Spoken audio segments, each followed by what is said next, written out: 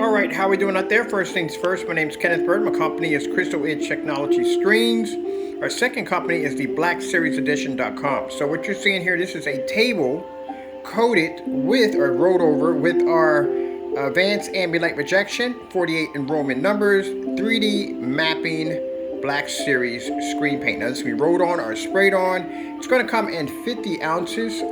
Paints a screen size, I think, of 180 inches. And keep in mind, you don't have to have projector mapping to use this application. This is also used for visual effects. We're using a $60 projector that I picked up off eBay, 720p unit. And this projector you can pay for under $200. The stand, on the other hand, is around $100. You get them over on Amazon. And we're just using a Fire Stick to display our image right directly to the table. Now, if you're curious how I painted the table, we also too can go to the website and check it out, but I'll put the link below.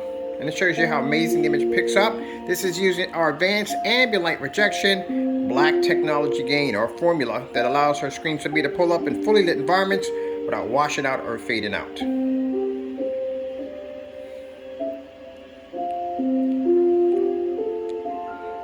Alright, hope you enjoyed the video demonstration. Thank you for your time. I have to go, and God bless.